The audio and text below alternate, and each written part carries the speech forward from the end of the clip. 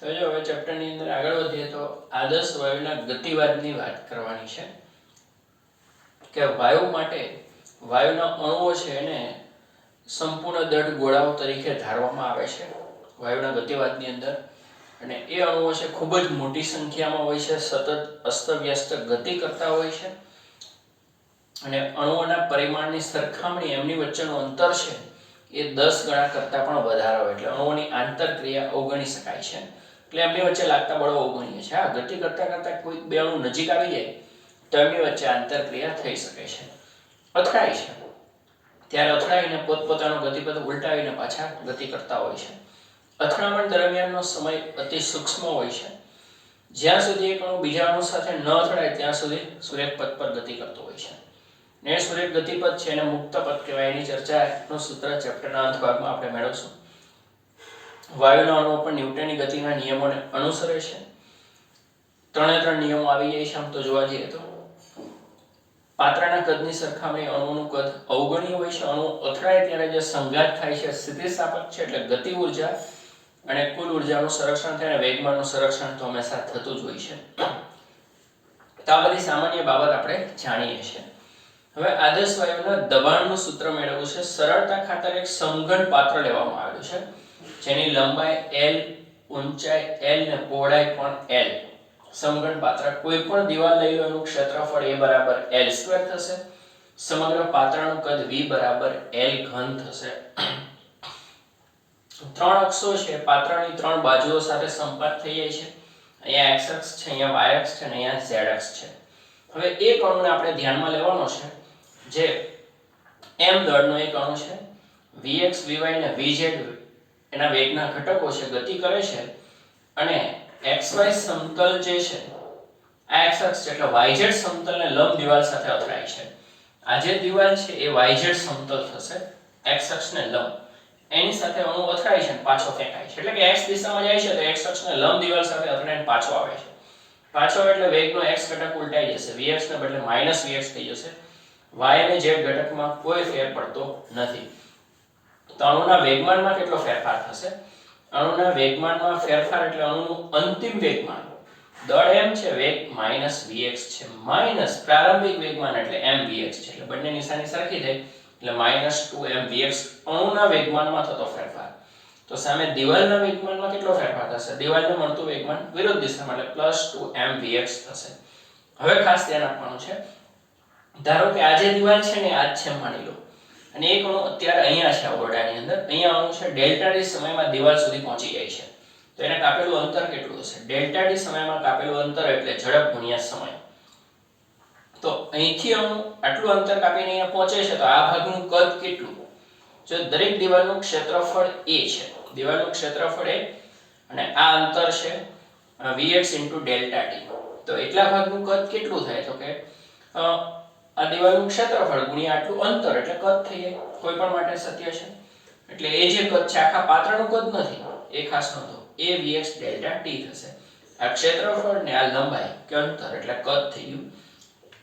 તો અણુઓની સંખ્યા કેટલી આવે? જો સ્મોલ n એટલે સંખ્યા ઘનતા છે, એકમ કદમાં રહેલા અણુઓની સંખ્યા આપણે જાણીએ છીએ. સ્મોલ n એટલે કેપિટલ N ના છેદમાં v છે, તો સ્મોલ n ગુણ્યા v કરો એટલે કેપિટલ N થઈ જશે. એકમ કદમાં રહેલા અણુઓની સંખ્યા n ગુણ્યા કુલ કદ a vx ડેલ્ટા t એટલે અણુઓની કુલ સંખ્યા થઈ ગઈ. આટલા વિસ્તારમાં સમાયેલા અણુ, આખા પાત્રના નહીં. એમાંથી જરૂરી નથી કે બધા અણુ દિવાલ તરફ જતા હોય, તો સંભાવના સાથે કામ લઈએ કે આટલા વિસ્તારમાં રહેલા અણુઓ છે એમાંથી અડધા અણુ દિવાલ તરફ જાય અને અડધા દિવાલથી દૂર તરફ જાય છે. એટલે દિવાલ તરફ જતા અણુઓ 1/2 n a vx delta t થઈ જાય. હવે બધા દિવાલ સાથે અથડાવાના છે. એક અણુ અથડાય એટલે દિવાલને આટલું વેગમાન મળે છે. તો આટલા અણુ અથડાય તો કેટલું વેગમાન મળશે? વેગમાનમાં ફેરફાર ડેલ્ટા p. દરેક અણુનું વેગમાન અણુઓની સંખ્યા આ 2d જશે, vx નો વર્ગ થઈ જશે અને ડેલ્ટા t નો આ બાજુ છેદમાં લાવવું. ડેલ્ટા p ના છેદમાં ડેલ્ટા t વેગમાનમાં થતા ફેરફારનો દર એટલે બળ થઈ ગયું. દિવાલ પર આટલું બળ લાગતું હશે. બળ ભાગ્યા ક્ષેત્રફળ કરો એટલે દિવાલ પર લાગતું દબાણ nmvx² મળી ગયું. હવે આ તો એક જ અણુની વાત કરીને બધા અણુઓને ધ્યાનમાં લઈએ તો સરેરાશ વેગને ધ્યાનમાં લઈએ. બધાના દરેક ક્ષણે દરેક અણુના વેગ સમાન નથી હોતા, એટલે સરેરાશને ધ્યાનમાં લઈ લઈએ તો પરિણામ શું આવશે? કે આ રીતે દબાણ મળ્યા બાદ આપણે સરેરાશ ધ્યાનમાં લઈએ છીએ તો દબાણ P બરાબર nm vx² સરેરાશ ઉપર 12 કરી દઈએ છીએ. ઓકે, હવે આપણે જાણીએ છીએ સદિશનો વર્ગ એટલે એના ત્રણે ઘટકોના વર્ગોનો સરવાળો. v² એટલે vx² + vy² + v. બધાને ધ્યાનમાં લઈએ સરેરાશ એટલે ઉપર સરેરાશ કરી. હવે ખાસ મહત્વની વસ્તુ કે અક્ષો તો x y z આપણે નક્કી કરેલી છે. અણુઓને કોઈ અક્ષ પર પસંદગી નથી કે x દિશામાં વધારે જાય છે, z દિશામાં ઓછા જાય છે, y દિશામાં જતા નથી. અણુ માટે એવું કહે છે એના માટે બધી દિશાઓ સરખી છે. એટલે બધી દિશામાં એની સરેરાશ ઝડપ તો સરખી જ આવે. vx² સરેરાશ બરાબર vy² સરેરાશ બરાબર vz² સરેરાશ. તો ત્રણે પર સરખાવે તો 3 ટાઈમ્સ લખી શકાય. 3 ને સામે મોકલી દો એટલે vx² સરેરાશ બરાબર vy² સરેરાશ બરાબર vz² સરેરાશ બરાબર 1/3 v² સરેરાશ. એટલે વ્યાપક થઈ જાય ને, ખાલી x અક્ષને લઈને ચાલીએ એના કરતા. તો દબાણ P એટલે 1/3 nm v² સરેરાશ સૂત્ર મળે છે આપણને અહીંયા. તો આદર્શ વાયુના દબાણનું સૂત્ર દર્શાવે છે. હવે આ સૂત્ર આપણે આના માટે મેળવ્યું છે, પણ શું આ બધાને લાગુ પડશે? તો એનો જવાબ છે હા. ભલે આપણે સમઘન પાત્ર લઈને મેળવ્યું છે, પણ આમાં પાત્રનો આકાર ક્યાં આવે છે? પાત્રનું કદ આવે છે. સમઘનની કોઈ વસ્તુની આમાં જરૂર પડી નહીં. એનો મતલબ ગમે તે આકારનું પાત્ર હોય, તમે સૂક્ષ્મ અંતર vx ડેલ્ટા t ને એટલા વિસ્તારને ધ્યાનમાં લઈને મેળવી શકો. એટલે આ વ્યાપક સૂત્ર છે, ગમે તે આકારના પાત્રને લાગુ પડશે, કોઈ પણ વાયુને લાગુ પડશે. તો મતલબમાં વ્યાપક બની ગયું. બીજું એક સંભાવના છે કે કોઈ અણુ દિવાલ તરફ અથડાવા જાય, રસ્તામાં બીજો અણુ આવી જાય તો આપણી ગણતરી ખોટી નહીં પડી શકે. આજે અડધા આ બાજુ જાય છે એમ લીધું તો કે ના, સ્થિતિસ્થાપક સંઘાત છે. ધારો કે એક અણુ દિવાલ તરફ અથડાવા જાય, બીજો અણુ ગમે ત્યાંથી આવી ગયો ને, તો આ અણુ જે થાય તો બીજો જે અથડાશે. કારણ કે સ્થિતિસ્થાપક સંઘાતમાં શું હોય? છઠ્ઠા ચેપ્ટરની અંદર આપણે જો સમાન દળ ધરાવતા બે પદાર્થ વચ્ચે સ્થિતિસ્થાપક સંઘાત થાય એટલે વેગ અદલ-બદલ પામે. એક અણુ અથડાવા જતો બીજો ક્યાંયથી આગળ આવી ગયો તો એ બીજો અણુ જેને એટલા જ વેગથી અથડાશે. એટલે કોઈ મિશન ફેલ નહીં જાય આપણું. એટલે આદર્શ વાયુના દબાણનું આ સૂત્ર વ્યાપક રહેશે. તો એક મહત્વનો અઘરો કહી શકાય એવો પ્રશ્ન. હવે જરૂર પડે તો 2-3 વાર ધ્યાનથી જોજો. હવે આપણે તાપમાનનું ગતિક અર્થઘટન કરીએ. તો આ જે દબાણનું સૂત્ર મળ્યું ને એને હું કદ વડે ગુણી દઉં છું. એટલે અહીંયા v ને આ બાજુ v આવશે. આ v કદ વડે ગુણી દીધું. તો પાછા n * v થઈ ગયા. એકમ કદમાં રહેલા અણુઓની સંખ્યા ઘનતા ગુણ્યા કુલ કદ ગુણાકાર કરો એટલે અણુઓની કુલ સંખ્યા થઈ જાય કેપિટલ N. બીજો મેં ફેરફાર શું કર્યો કે અહીંયા 2 મૂકી દીધા અને અહીંયા 1/2 મૂક્યા. એટલે કે 2 વડે ગુણ્યા અને 2 વડે ભાગ્યા. આવું કેમ કર્યું? તો કે ગતિ ઊર્જા વળી જાય ને 1/2 mv². જો 1/2 mv² એટલે એક અણુની ગતિ ઊર્જા દર્શાવે. ઉપર 12 તો કરવાનો સરેરાશ બધાને ધ્યાનમાં લઈએ છીએ એટલે. તો ધારો કે એક અણુની ગતિ ઊર્જા આટલી છે અને અણુઓની કુલ સંખ્યા n છે, એટલે કુલ ગતિ ઊર્જાને આપણે કેપિટલ E કહીએ. તો આ રીતે કુલ ગતિ ઊર્જા મળશે. હવે જો એ ગતિ ઊર્જા છે તો આપણે સંજ્ઞા E લઈએ છીએ, કારણ કે એની સ્થિતિ ઊર્જાને આપણે અવગણીએ છીએ. અણુઓ દૂર છે ને, જો સ્થિતિ ઊર્જા અવગણી હોય તો ગતિ ઊર્જા એટલે યાંત્રિક ઊર્જા છે. એટલે સંજ્ઞા E લીધેલી છે. કારણ કે જો સંજ્ઞા k લેવા જાવ તો બોલ્ટ્ઝમેન અચળાંકમાં પછી 2 k સંજ્ઞા ભેગી ન થઈ જાય, એટલા માટે એનાથી કોઈ ફરક પડતો નથી. આ ગતિ ઊર્જા છે. ઓકે, તો આ રીતે ગતિ ઊર્જા આપણે બની ગઈ. તો આ પદ્ધતિ ઊર્જા થયો, પણ 2/3 તો રહ્યું ને. તો PV બરાબર 2/3 કુલ ગતિ ઊર્જા. તો E બરાબર 3/2 PV. PV ના ઘણા બધા સમીકરણ હતા. PV બરાબર μRT, PV બરાબર n kBT, ખાલી P બરાબર સ્મોલ n kBT. તો એ PV બરાબર n kBT આપણે મૂકીએ છીએ. તો પાછો એને આપણે કામમાં લાગી ગયો. કુલ ગતિ ઊર્જા ભાગ્યા અણુઓની સંખ્યા એટલે દરેક અણુની ગતિ ઊર્જા 1/2 mv² સરેરાશ. તો સામે શું મળ્યું? 3/2 kBT. તો દરેક અણુની ગતિ ઊર્જા છે વાયુના પ્રકાર, પ્રકૃતિ, દળ, દબાણ વગેરે પર આધાર રાખતી નથી. ફક્ત નિરપેક્ષ તાપમાનના સમપ્રમાણ. તાપમાન વધશે તો અણુ વધારે ઝડપી ગતિ કરશે અને એની ગતિ ઊર્જા વધશે. એટલે ગતિ ઊર્જા છે વાયુના પ્રકાર, પ્રકૃતિ, દબાણ, કદ, દળ પર આધારિત નથી. ફક્ત નિરપેક્ષ તાપમાનના સમપ્રમાણમાં છે. યાદ રાખો, એમસીક્યુમાં કામ લાગી શકે. હવે આ સૂત્ર તો આવી ગયું છે. બીજી એક થોડી સંભાવના બી વિચારી લઈએ કે ધારો કે પાત્રની અંદર ઘણા બધા અણુઓ છે, અલગ અલગ વાયુઓ રહેલા છે. એકની સંખ્યા ઘનતા n1 છે, દળ m1, એની ઝડપ v1 છે. તો n1 m1 v1². બીજા વાયુ માટે n2 m2 v2². 12 તો ખરો જ, ડેશ ડેશ કરીને છોડી દીધા.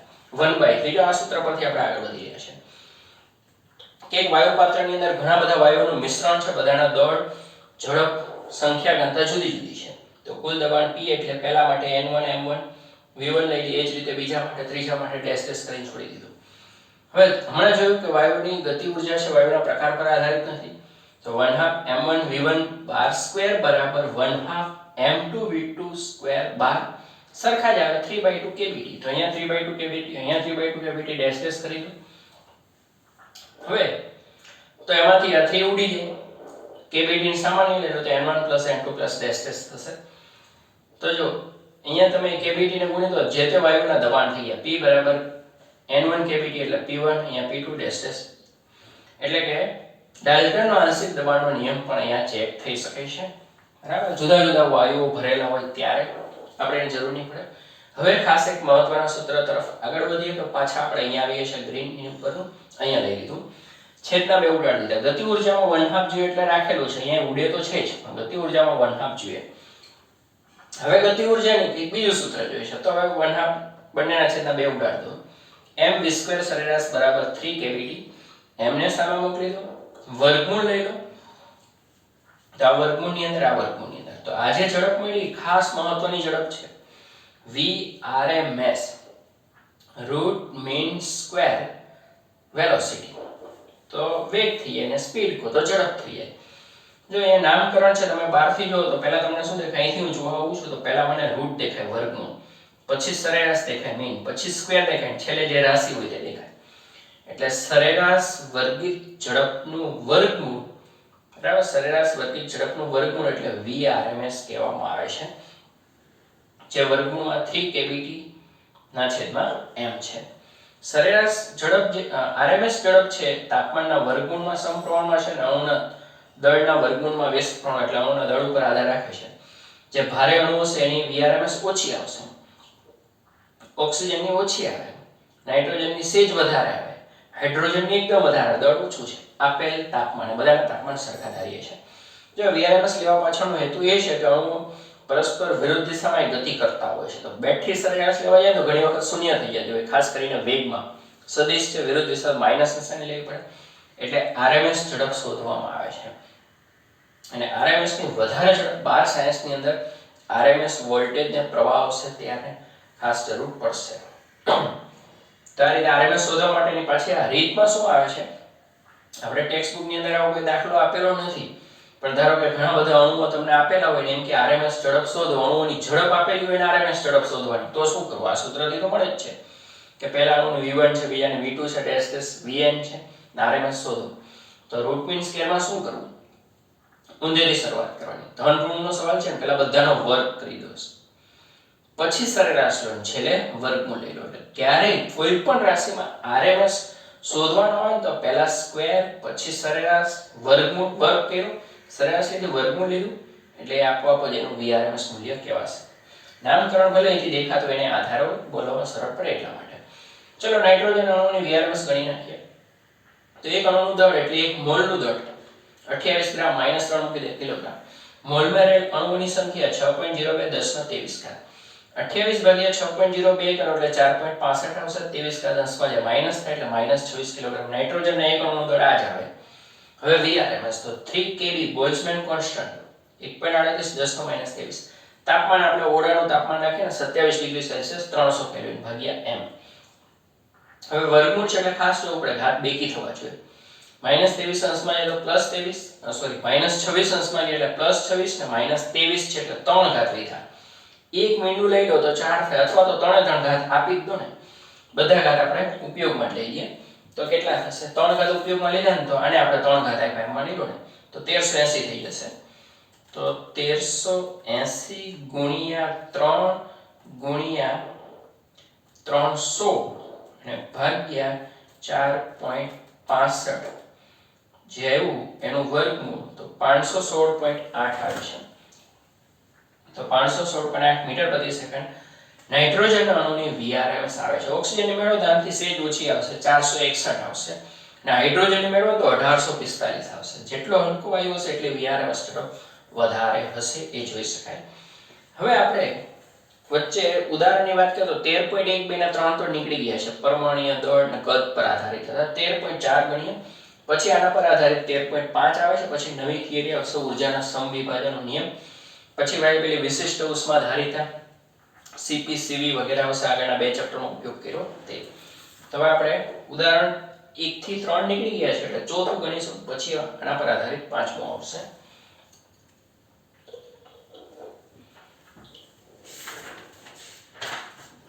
તો ઉદાહરણ 13.4 છે.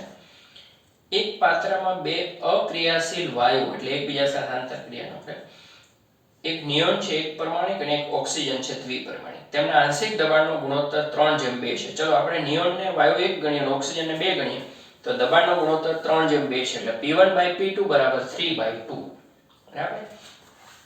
આગળ વધીએ. અણુઓની સંખ્યા પહેલું. બીજું, પાત્રમાં નિયોન અને ઓક્સિજનની ઘનતાનો ગુણોત્તર મેળવો. નિયોનનું પરમાણુય દળ 20.2 U અને ઓક્સિજનનું અણુનું દળ 32 U છે.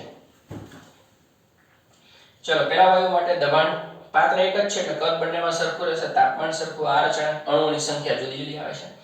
તો આદર્શ વાયુના સમીકરણના આધારે P1V = μ1RT અને P2V = μ2RT છે. ગુણોત્તર લઈ લો. RT ઉડીએ, V ઉડીએ, P1/P2 એટલે μ1/μ2 થઈ ગયું અને આ ગુણોત્તર તો 3/2 આપેલો છે. આગળ વધીએ. μ1/μ2, μ એટલે n ના છેદમાં n આગળ આવી ગયું, μ1 છે એટલે n1, μ2 એટલે n2, n તો બધા માટે સરખો જ આવે તો n ઉડી ગયો તો n1/n2 જેવું. તો આપણે પહેલું શું શોધવાનું તો અણુઓની સંખ્યાનો ગુણોત્તર કેટલો આવ્યો 3/2 પહેલો જવાબ મળી ગયો. બીજું ઘનતાનો ગુણોત્તર ρ1/ρ2, ઘનતા એટલે દળ ભાગ્યા કદ, પહેલા વાયુનું કુલ દળ ભાગ્યા કદ, બીજા વાયુનું કુલ દળ ભાગ્યા કદ, કદ તો ઉડીએ, કુલ દળ એટલે મોલ સંખ્યા μ ગુણ્યા અણુ ભાર કે પરમાણુ ભાર, આણ્વિક પરમાણુય દળ. μ1 m01 અહીંયા μ2 m02, μ1/μ2 તો 3/2 છે જ. m01 નિયોન માટે 20.2 છે અને ઓક્સિજન માટે m02 32 છે. એટલે આ ગણતરી કરવાની 3/2 એટલે 1.5 થશે. તો 1.5 ગુણ્યા 20.2 એટલે 30.3 આવે. ઓકે, ભાગ્યા 32 તો જવાબ આવ્યો 0.9468 એટલે 70 કરી દઈએ 0.947. તો ઘનતાનો ગુણોત્તર 0.947. જો એક પાત્રને બે વાયુ ભરેલા હોય અને એનો દબાણનો ગુણોત્તર 3/2 હોય તો અણુઓની સંખ્યાનો ગુણોત્તર પણ 3/2 થશે, પણ ઘનતાનો ગુણોત્તર 0.95 જેવો થશે એમ જોઈ શકાય છે. તો આદર્શ વાયુનો ગતિવાદની ચર્ચાઓ, એની પૂર્વધારણાઓ પણ કહી શકાય. આદર્શ વાયુનું દબાણનું સૂત્ર, તાપમાનનું ગતિ અર્થઘટન, ગતિ ઊર્જાનું સૂત્ર, VRMS ઝડપનું સૂત્ર અને આ ખાલી ગણતરી એરિયા લખવી જરૂર નથી નાઇટ્રોજન માટે. પછી એક ઉદાહરણ 13.4 ગણ્યું. હવે 13.5 ઉદાહરણ આવશે ને ઊર્જાના સમવિભાજનનો નિયમ આવશે, સરખે ભાગે ઊર્જાની વહેંચણી નેક્સ્ટ વિડિયોની અંદર જોઈશું.